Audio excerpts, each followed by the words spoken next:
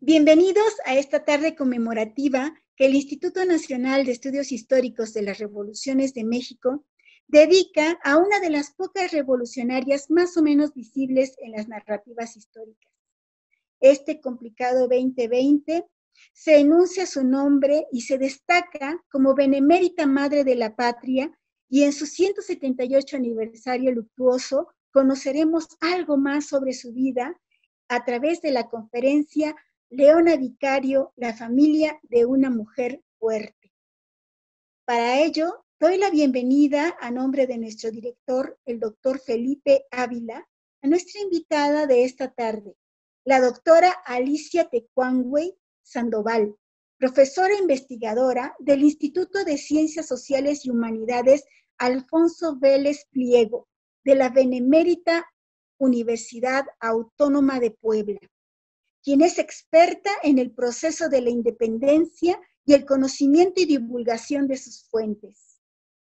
Historiadora de primera formación, Alicia Tecuangue es maestra en Ciencias Sociales, mención Historia por la Facultad Latinoamericana de Ciencias Sociales, Flaxo, Programa Buenos Aires, Argentina, y doctora en Ciencia Política por la Facultad de Ciencias Políticas y Sociales de la UNAM. Su contribución al conocimiento de la Revolución de Independencia es vasta, y en la última década ha producido, además de materiales de consulta como lo son sus estudios introductorios y selección documental a los 7 volúmenes de la colección de documentos de la Independencia en la Biblioteca Palafoxiana, las Cartas de Morelos en la Biblioteca de José María Lafragua. No tomaré más de un minuto para destacar una de sus múltiples obras, y voy a mencionar su libro La formación del consenso para la independencia, lógica de la ruptura del juramento, Puebla, 1810-1821, editado por la UAP en 2010. Sin más preámbulos, le cedo la palabra a la doctora Tecuangue, reiterándole nuestro agradecimiento por compartir con nosotros esta tarde conmemorativa. Muchas gracias. Adelante, doctora. Muchas gracias. Muy buenas tardes. Me siento muy agradecida de la invitación que me hicieron favor de hacer para estar con ustedes en este día tan importante, en el que se conmemora el aniversario, uno más del aniversario de por la muerte de Leona Vicario, que ocurrió el 21 de agosto de 1842. Entonces, si cambiamos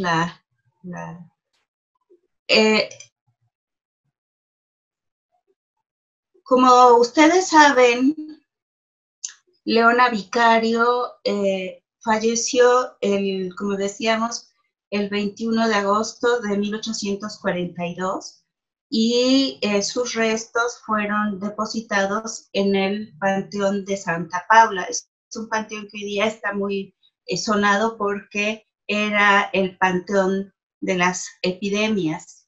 Y entonces, sin embargo, este panteón, al lado derecho de la litografía, se puede ver que hay un pasillo con mausoleos en donde efectivamente ahí se depositaban los restos de las personas más importantes de la ciudad.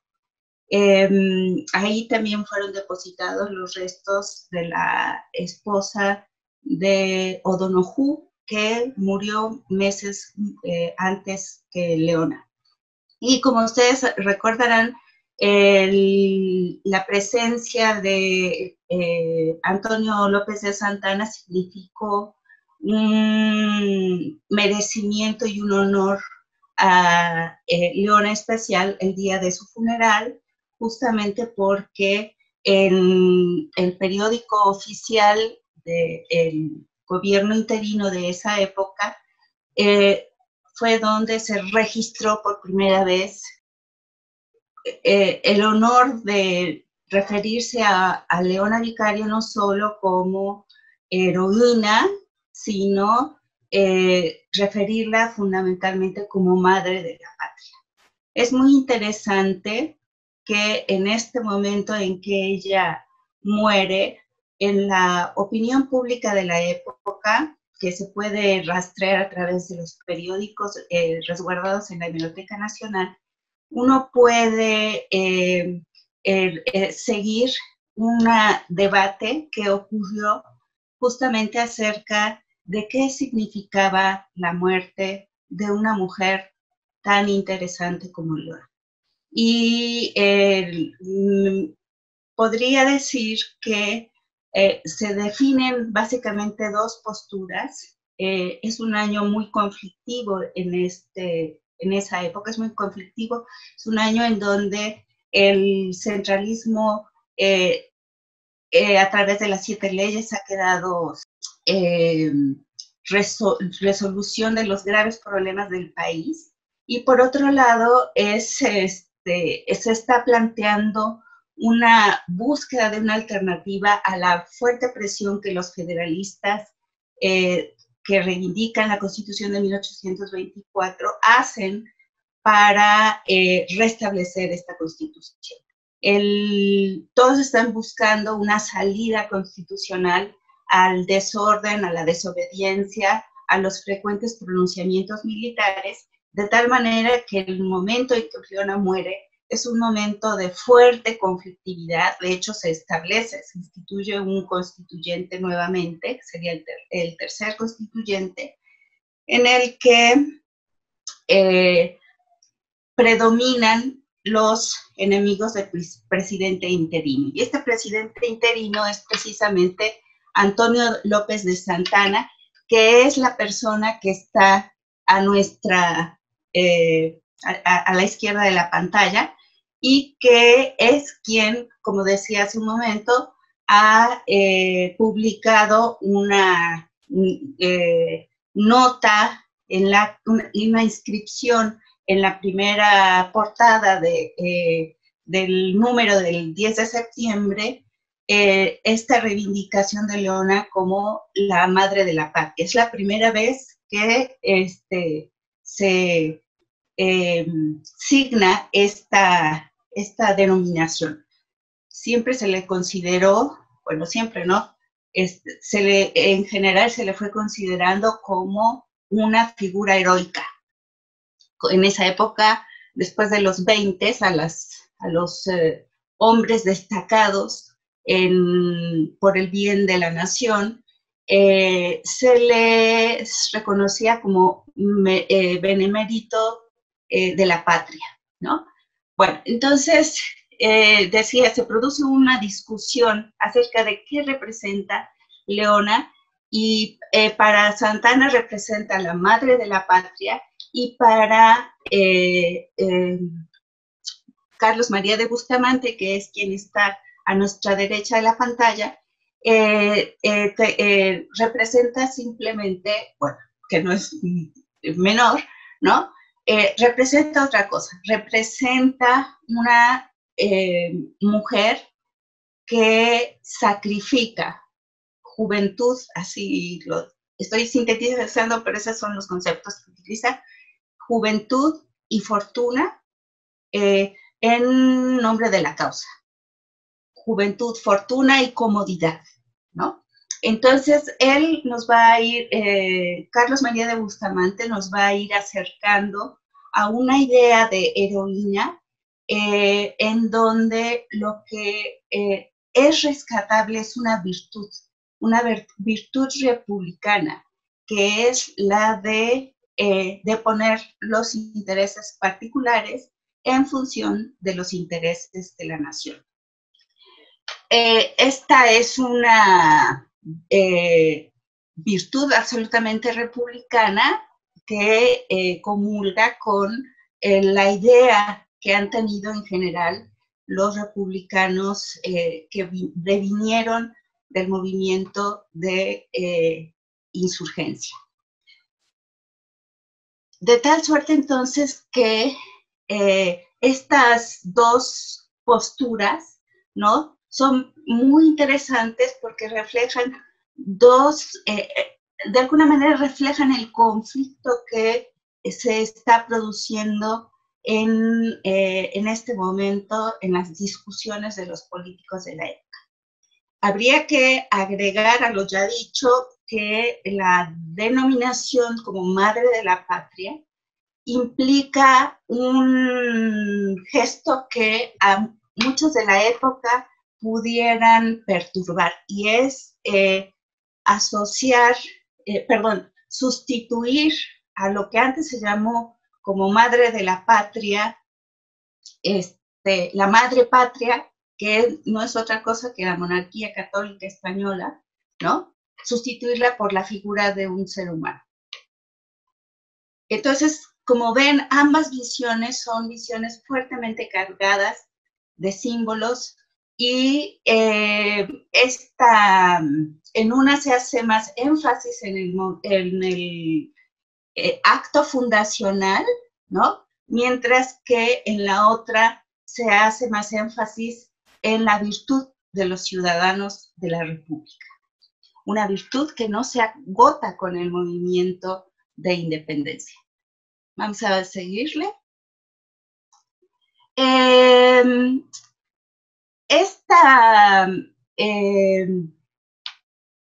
Este debate, ¿no?, que aparece en los periódicos, nos hace pensar que Leona Vicario fue, hasta el último día de su vida, a la vez un mito y un ser real.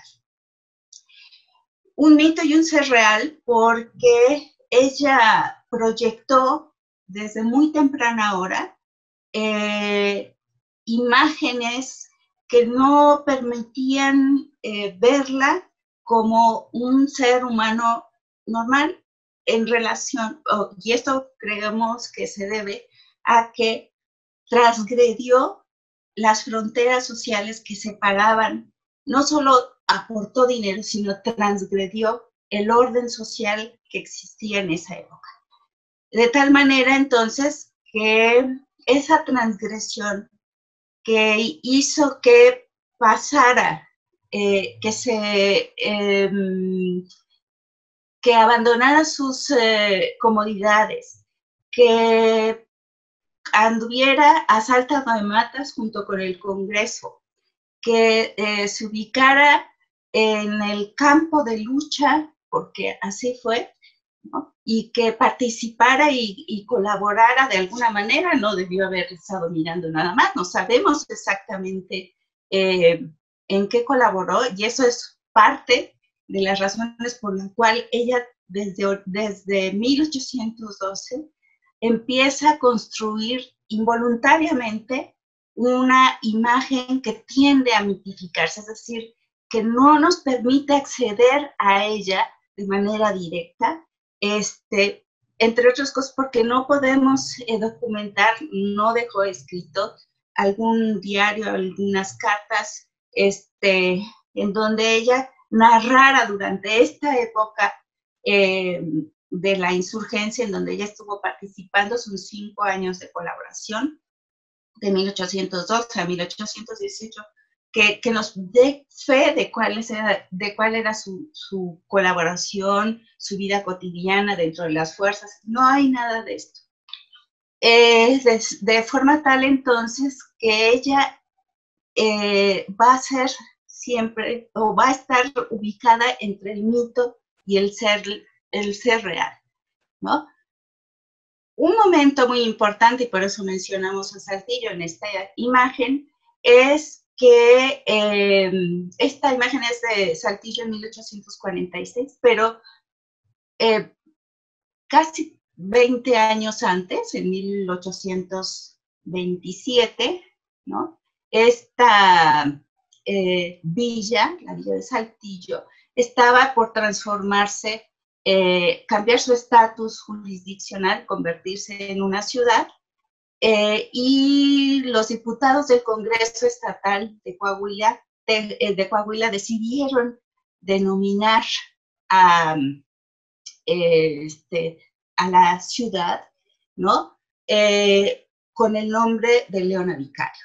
Y es muy importante tener en cuenta que es muy simbólico el que se hayan apropiado de este nombre, para ponérselo a su ciudad, porque no hace mucho que ha ocurrido la separación el conflicto con Texas está por venir, me estaba yo confundiendo de año.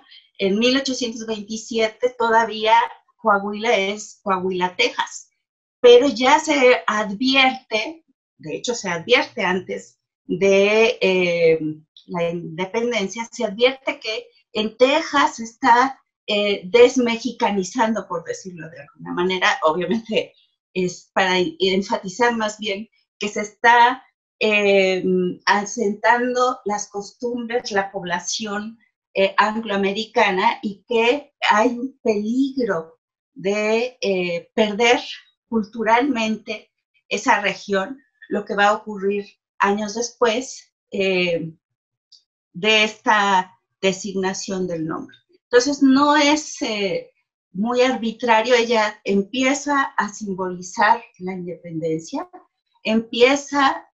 pero sobre todo empieza a simbolizar desde muy temprana hora, en 1827, la argumentación del Congreso es: le damos ese nombre porque queremos que se recuerde lo que fue Leona Vicario, una mujer que depone los intereses particulares, la comodidad personal, en favor de los intereses de la patria.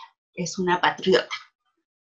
Esta frontera entre el mito y la realidad hace que en las representaciones, aquí puse una, la más conocida para quien vive en la Ciudad de México, ella aparezca justamente representada de una manera que cada vez se aleja más de verdadero ser. Esta es una imagen más cercana a lo que ella era. Era una mujer regordeta, linda, bajo los criterios de esa época también, ¿no? Pero más bien gordita, ¿no? Rellenita, diríamos.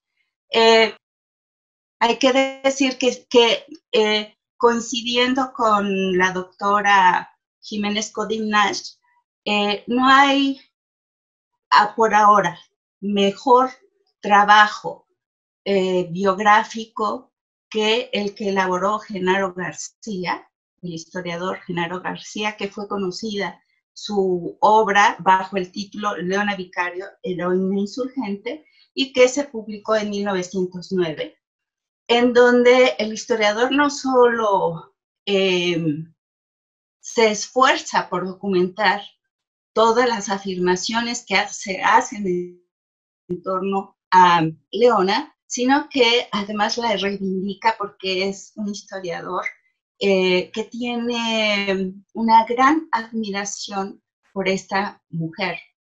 En general, es uno de los hombres que estimula a que las mujeres trasciendan el rol tradicional de estar en su casa, de no ir a la escuela, de ser buenas esposas, calladitas y sumisas, ¿no? Él es una persona de criterios muy de avanzada, de tal manera entonces que sí todavía podemos decir que esta biografía que él hizo es una biografía que marca a todos los historiadores después de él, porque prácticamente agotó la escasa documentación que existe sobre Leona, y eso obliga necesariamente a que nosotros entremos de manera oblicua, sesgada desde otras puertas, a conocer quién era Leona y cuál fue su trascendencia, cómo fue construyéndose, para mejor decir, cómo fue construyéndose su trascendencia. Entonces, seguimos con la siguiente.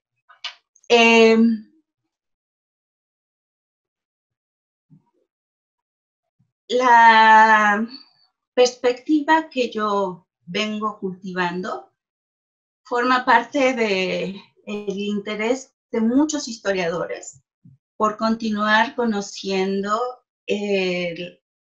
a esta personalidad, a este personaje, a esta heroína que es, como he tratado de decir, que va proyectando una imagen en función de las representaciones que las diferentes miradas le van dando, ¿sí? Entonces, me interesa decir que esta no es la definitiva versión, la puritita verdad única acerca de lo que es Leona, pero sí es una manera, y eso lo quiero reivindicar, ¿no? Es una manera de abordar a Leona como un ser humano, es decir, humanizar su memoria, ¿no? Dejarla de ver como una persona de bronce, y para verla humanamente no necesitamos de el escrache o la búsqueda de los aspectos sórdidos de su vida, sino ubicarla en los ambientes en donde ella se fue moviendo, ¿no? Esa es la razón por la que esta imagen hace énfasis en cómo Leona va a potenciar su personalidad en ambientes en donde ella va socializando. Y esto es muy importante porque Leona, a diferencia de otras mujeres de la época, Leona no aprendió a leer y escribir fuera del ambiente de su núcleo familiar, ¿no? Pero este núcleo familiar es profundamente interesante, de tal manera que lo que ahí se habla, de lo que ahí se muestra preocupación, ¿no? Es el ambiente en donde ella va a ir desarrollando una personalidad que desde niña se manifiesta, ¿no? Entonces, en esta conferencia, ¿no? Vamos a hablar de dos núcleos familiares, de dos familias a las que ella pertenece, bajo la idea de que no solo vamos a hablar de sus padres, de su marido, sino de lo que hay, de la red de relaciones que hay en torno a estos núcleos familiares, ¿no? Entonces, empezaría por decir que entonces el primer núcleo familiar de origen es el vicario Fernández de San Salvador, y el segundo núcleo familiar es de los Quintana Roo Vicario, ¿no? Entonces pasamos. Como ustedes, esta es una fotografía con la que ya deben estar muy familiarizados, muy conocida. Es el cuadro de la familia Vicario Fernández de San Salvador. Están representados ahí el padre, Gaspar Martín Vicario, la madre, que porta el vestido azul, que es Camila Fernández de San Salvador. La chiquita es, esa niña bonita, es nuestro personaje, y las dos jóvenes que están atrás son sus hermanas, medias hermanas, porque recordamos nada más rápidamente que Martín tuvo un primer matrimonio con Petra Elías, y que esta mujer, que es una zacatecana, esa mujer falleció, y ese es el motivo de una segunda nupcia con la señora Camila. Entonces está ahí María Luisa, que es un personaje de contraste con Leona, y que también ocupa posiciones dentro la esfera política, de tal manera que no hay que perderla de vista, porque ella se va a matrimoniar muy bien con el marqués de Vivanco, un hombre, un general, que va a ser clave que participa en el ejército realista, en la lucha contra los insurgentes, un hombre importante en cuanto a la formación de las alianzas que tuvo que tejer Iturbide para consumar la independencia, pero un hombre que termina desplazado o en un segundo nivel, ¿no? Porque el esposo de Leona Vicario ocupará cada vez una mayor importancia e influencia en el proceso de institucionalización de la independencia. Entonces, este es el núcleo de base. María Luisa será, como decía, el contraste y que simboliza algo que ocurrió en la independencia muy claramente, que es que las familias se dividieron, ¿no? Y se dividieron en función de muchos criterios en el momento de la independencia, entre los realistas y los insurgentes. Leona estará definida claramente, será militante insurgente, ¿no? Mientras que María Luisa será del campo de los realistas. Pasamos.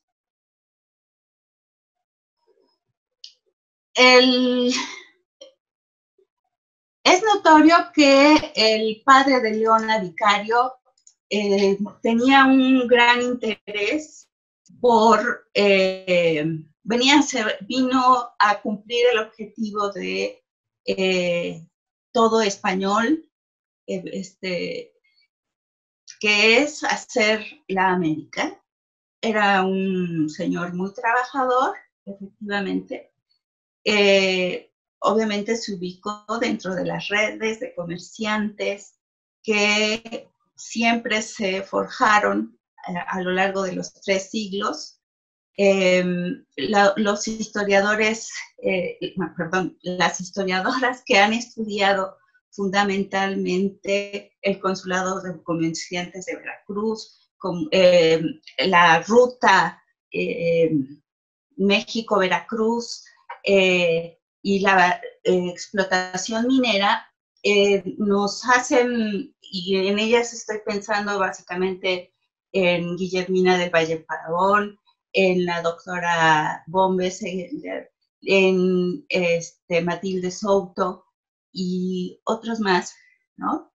Nos han aportado información documentada que nos permite, junto con, me estaba olvidando de, bueno, se me fue ahorita el nombre, de Frederick Lang, ¿no? Nos han aportado información documentada por la que sabemos que hubo una intención de el padre de Leona de formar una sociedad con los hermanos de la esposa de Petra Elías. Son zacatecanos ellos. Él como comerciante es un comerciante que ingresa productos de la Ciudad de México hacia las minas de Beta Grande. Beta Grande estaba en decadencia para el momento en que se intentó esto, ¿no? Finalmente les dan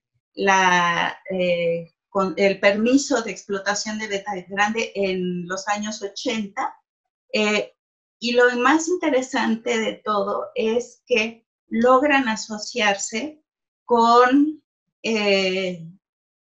los grandes potentados de México, ¿no?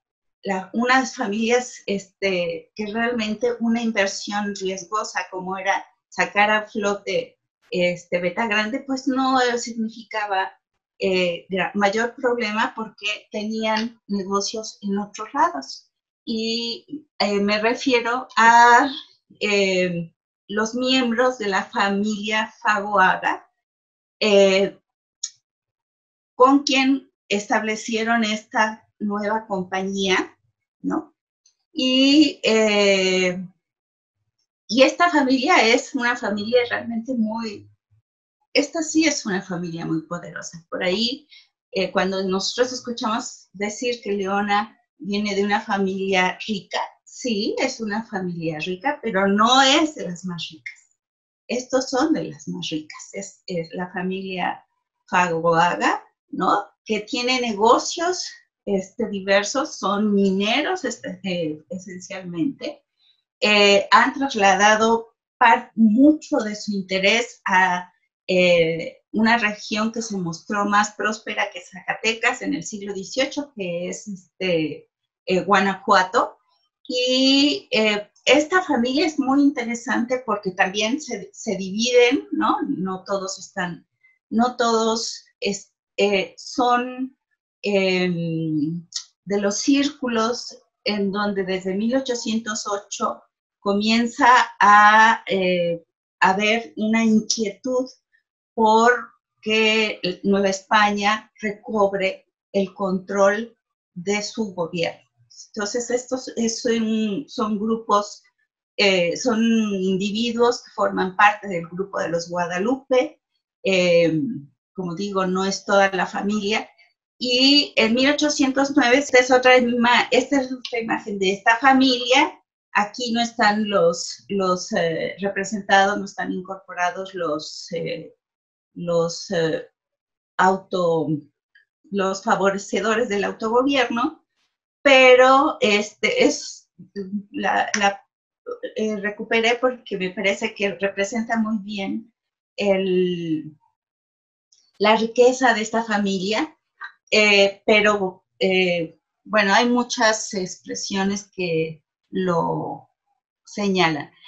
Esta familia entonces es muy importante porque no solo alienta al grupo de autonomistas, sino también en 1809 van a financiar, bueno, se van a trasladar, el Marqués del Apartado se va a trasladar a la ciudad de Londres. Ahí financia un montón de publicaciones de los insurgentes, de los independentistas americanos, y entre ellos allá va a encontrar al padre Mier, ¿no? Pero la misma actividad económica, la misma capacidad que tienen para financiar a la monarquía española en sus proyectos de guerra, ¿no? Los hace justamente acreedores de cargos nobiliarios. Este es el caso, no es el caso de la Marqués del Apartado, pero sí es el caso del Marqués de San Juan de Rayas, ¿no? Aquí tenemos una imagen de lo que era su mina, y él lo consigue el título de marqués apenas en 1806.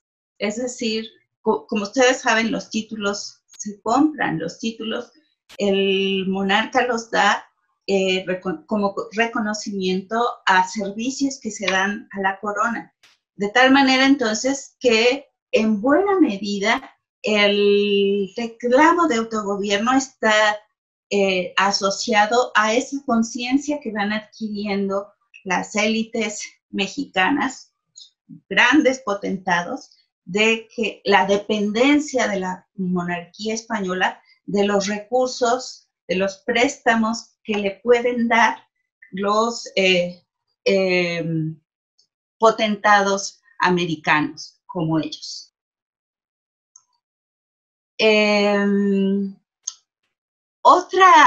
Perdón, bueno, voy a terminar de presentar. Hay, por otra parte, el conocimiento de que cuando Leona quedó huérfana, ella, la madre de ella encargó a su tío, que va a ser su tutor, ¿no? Le encargó que, pues, le consiguiera un buen marido, ¿no? Como le habían conseguido un tan buen marido a María Luisa. Y el candidato, ¿no? Al matrimonio, que seriamente se formalizó, fue precisamente Octaviano Obregón. Octaviano Obregón viene también de un círculo de mineros, ¿no? Entonces ustedes ya van viendo cómo se van ampliando las redes, ¿no? Y esto está asociado a la actividad del padre, a la actividad de un comerciante que va a proveer minas, que se casa con una zacatecana, que encuentran la oportunidad los familiares de esta zacatecana y Gaspar Martín de lograr que se les conceda la mina y empezar a explotarla y asociarse con uno de los más ricos mineros novohispanos.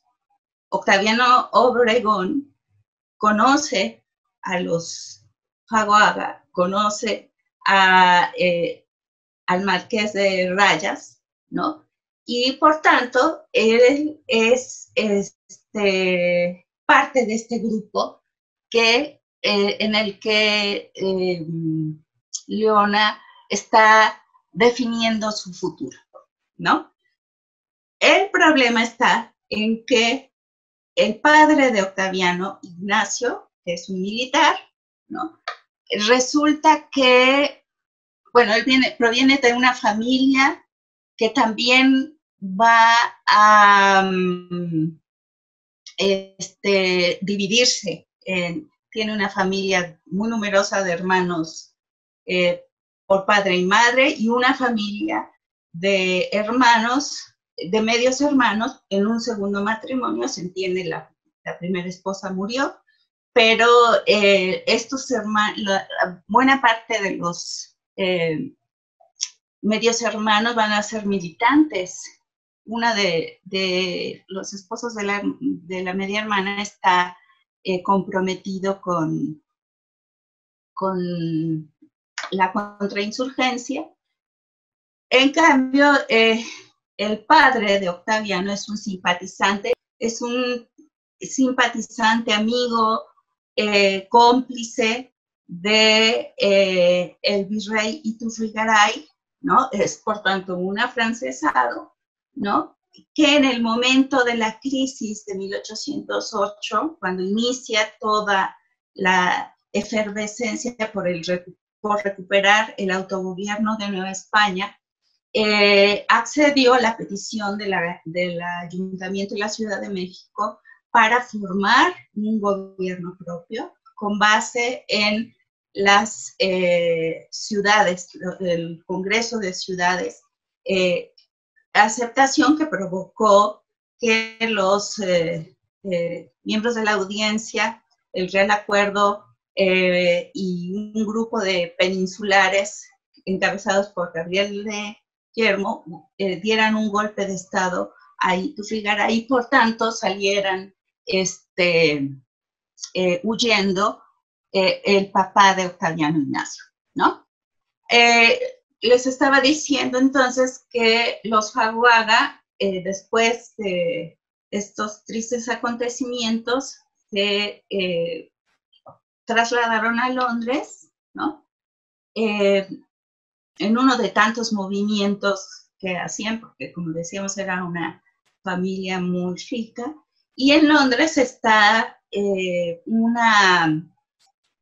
voy a decirlo así, una célula, ¿no? Un núcleo de conspiradores, de independentistas, respaldados por la Holland House, ¿no? Que es está representada por la litografía de abajo, ¿no?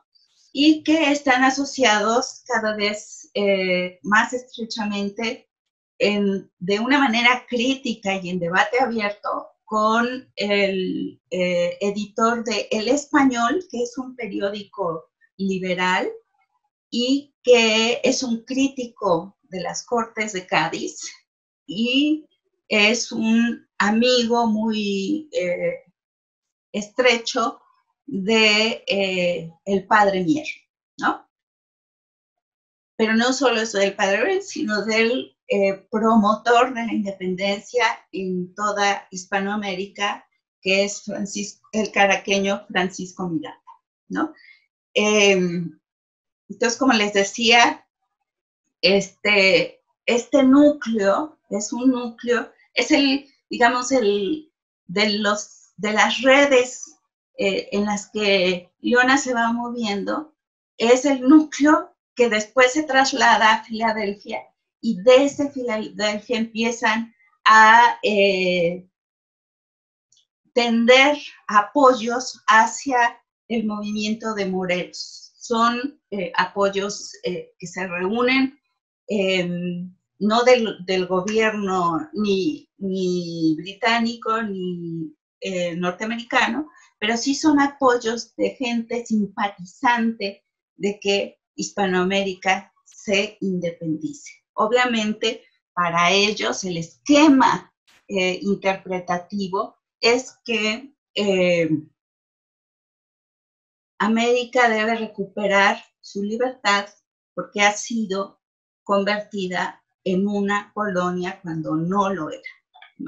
Bueno, entonces, ese es, digamos, todo el mundo que se le puede ensanchar a los ojos de Leona, ¿no?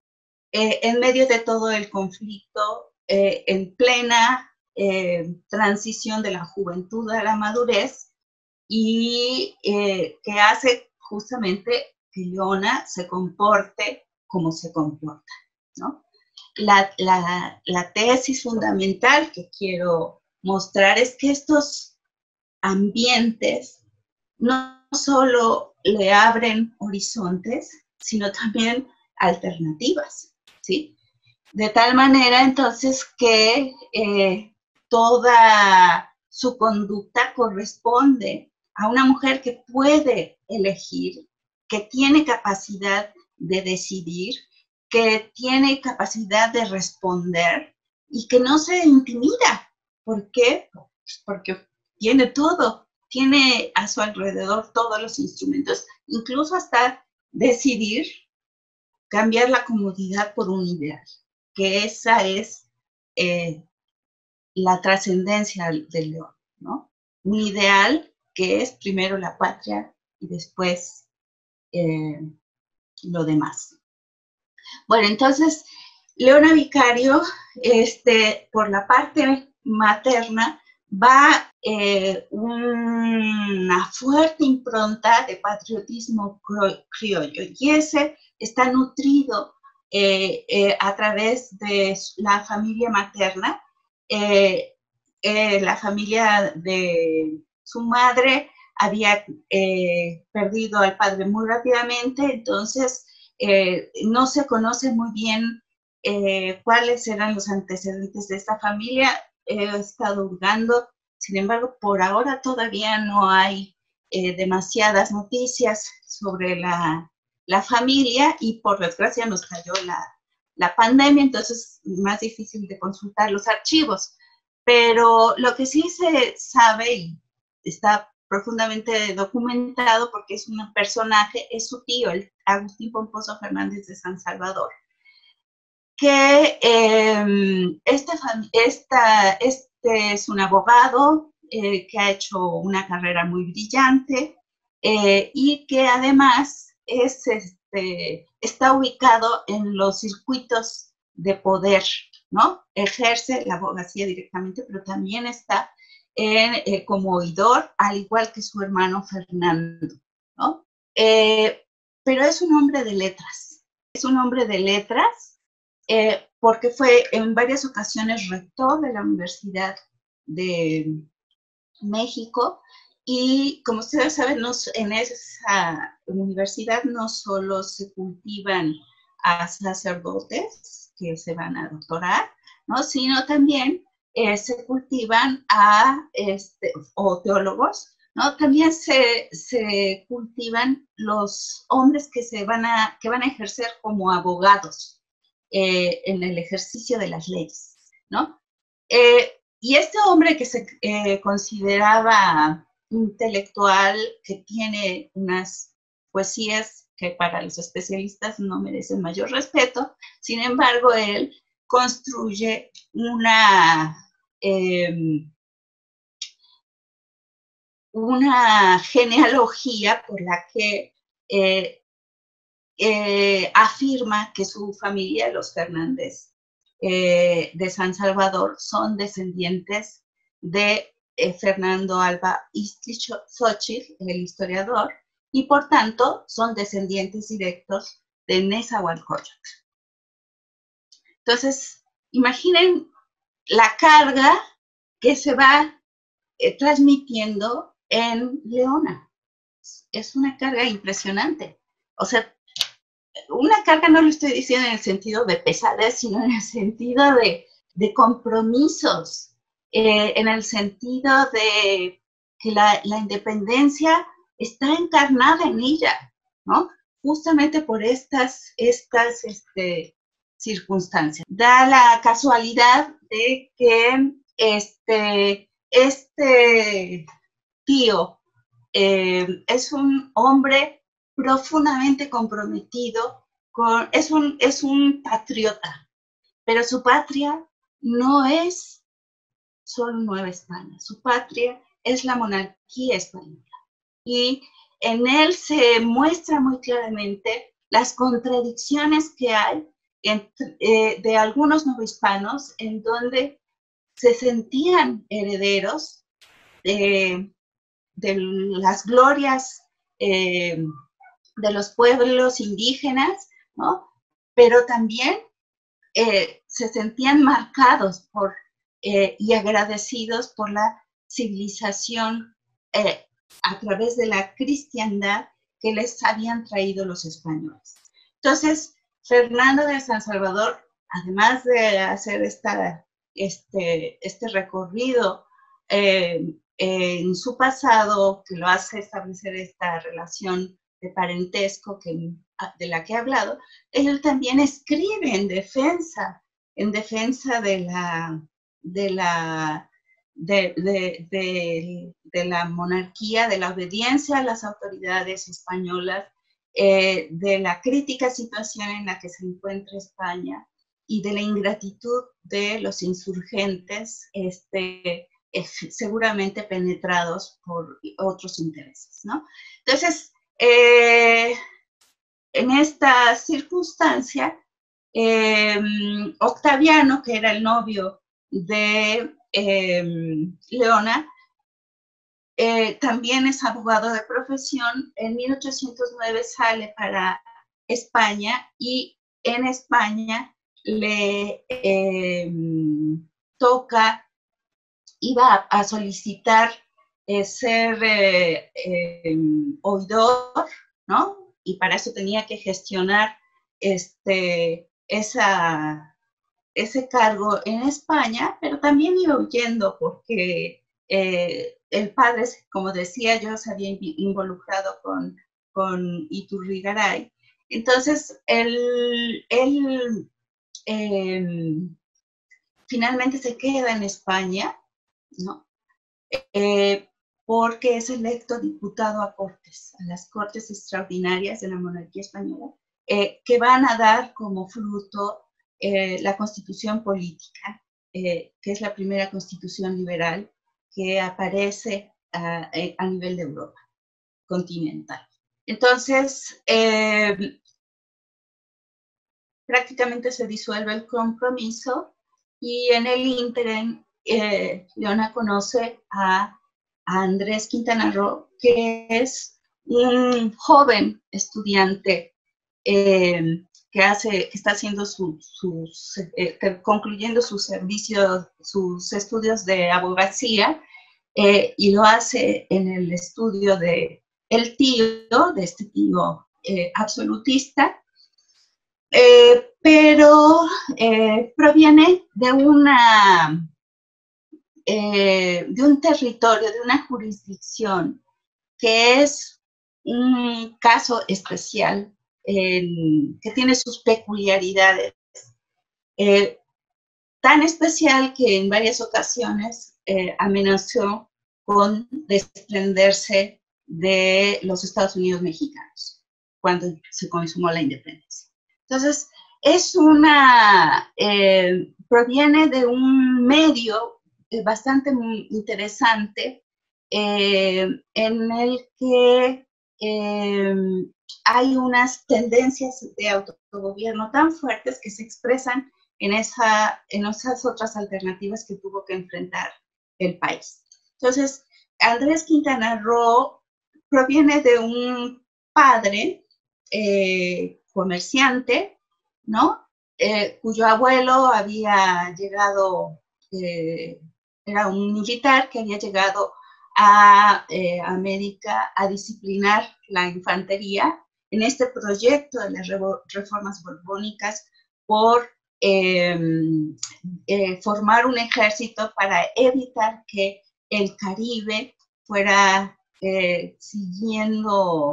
continuara expandiendo la penetración de los ingleses por la vía del contrabando y que amenazara las islas del Caribe. Entonces, en una perspectiva defensiva, él forma parte de este núcleo de militares que llegan a Nueva España para cumplir ese objetivo. Se queda en Nueva España, forma una familia, y fue una familia con una encomendera. Sin embargo, el padre de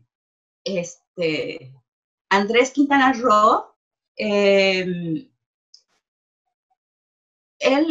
va a interesarse muy tempranamente en va a tener inquietudes políticas, va a ser un adepto a la Constitución de 1812 y va a ser también un hombre que poco a poco abandona su interés por el comercio para integrarse a los asuntos políticos. Esto lo sabemos gracias a las investigaciones de Laura Machuca. Buena parte de lo que he dicho antes se lo debemos a un montón de historiadores que han trabajado el tema, y que es conveniente y necesario mencionarlos. Buena parte de lo que he dicho se lo hemos aprendido a la doctora Virginia Gadea, pero creo que la ventaja de ver desde esta perspectiva, el conocer quién es Leona Vicario, cómo fue construyéndose lo que sabemos de ella y lo que los historiadores profesionales como colectividad podemos ofrecer a los mexicanos de hoy día. ¿Quién es esta mujer? ¿No? Pues estamos entonces en unas oportunidades mayúsculas para reflejar con toda claridad el trabajo de una comunidad que es y cada vez más profesional y que entiende que su contribución es una contribución colectiva. Entonces, como decía, todo esto que estaba diciendo sobre el padre de Andrés Quintana Roo se lo debemos fundamentalmente a Laura Machuca, pero también se lo debemos a otros historiadores, por ejemplo, como Melchor Campos y Justo Flores. Bueno, aquí de Andrés Quintana Roo, si de Leona Vicario no tenemos mucha información de Andrés Quintana Roo, por el contrario tenemos demasiada, y esta es la imagen la imagen austera de un republicano que se propuso institucionalizar, ¿no? Y esa es la razón por la que, a pesar de ser ferviente federalista, es uno de los máximos exponentes, digamos, del núcleo de nacionalistas que en esa época ya existía, ¿no? Es después de la revolución, después de la independencia. Entonces pasamos, bueno, colabora con Iturbide, colabora con, antes colabora con Morelos, colabora con Iturbide, se separa de Iturbide, no renuncia a sus antecedentes.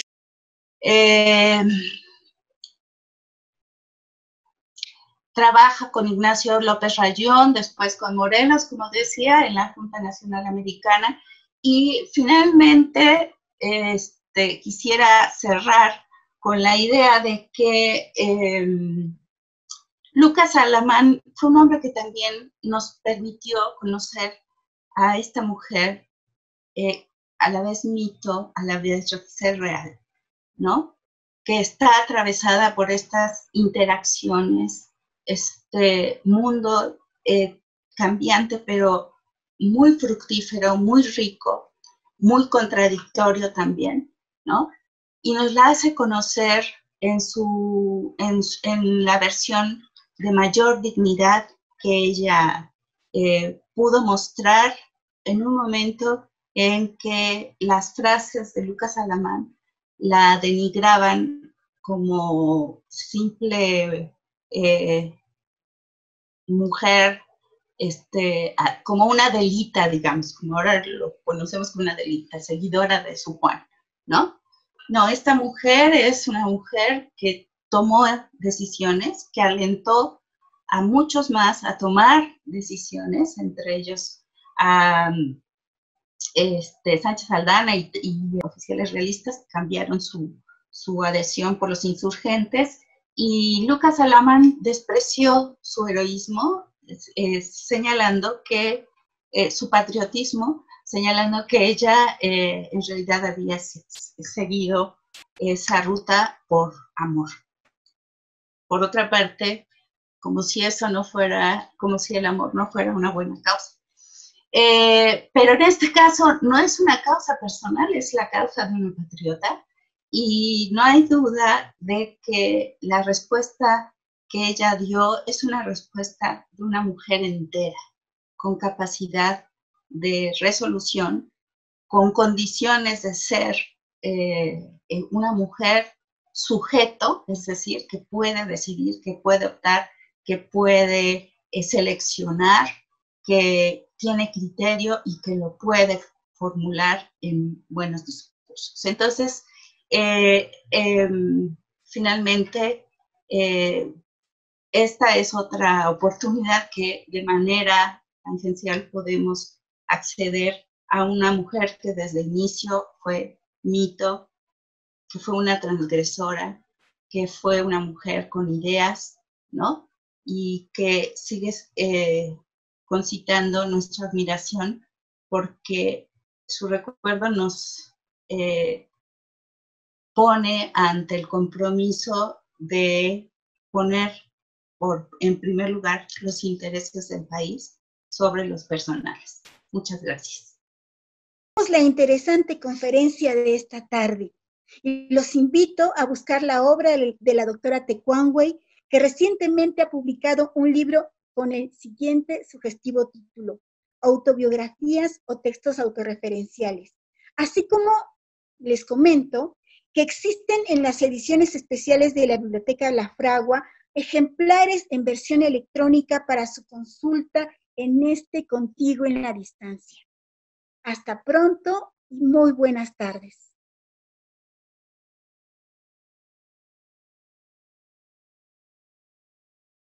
Secretaría de Cultura. Gobierno de México.